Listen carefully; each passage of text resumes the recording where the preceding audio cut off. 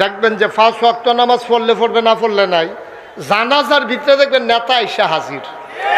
এটা হলো একটা ভোটের মাধ্যম। মনে করে যে জানাজায় গেলে তাইলে তার আত্মীয় স্বজন তখন মনটা দুর্বল আছে, তো পরে কইতে পারবো আমি তো আপনার ফুতের জানাজা তো গেছি, তোমার বাপের জানাজা তো আমি গেছি, তো আমি এখন নির্বাচন করতে আসি, তোমরা একটা দায়িত্ব আছে না।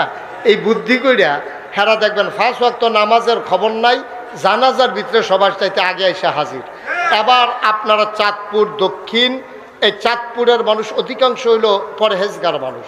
আমাদের এলাকায় বাড়ির সামনে এমনভাবে বাউন্ডারি করা নাই, কিন্তু আমি নানার বাড়িতে যখন আসতাম তখন দেখতাম যে একেবারে সুপারি গাছের বাইল দিয়ে হইল, নারিকেল গাছের ডালা দিয়ে হইল, আপনার কোনো মতে পুরান টিন দিয়ে হইল, তার একটা বাউন্ডারি দেয় যেন মহিলাদেরকে দেখা না যায়।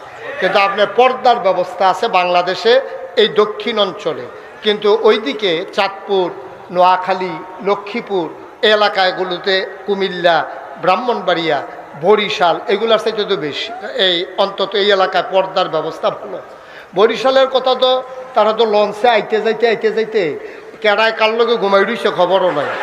দেখা গেছে যে এই রাইতের বেলা লঞ্চের ডেকের ভিতরে যার যেমনি ঘুমাইতেছে, কার মাথা কার ফাও কি একটা কারবার যাইতে আছে।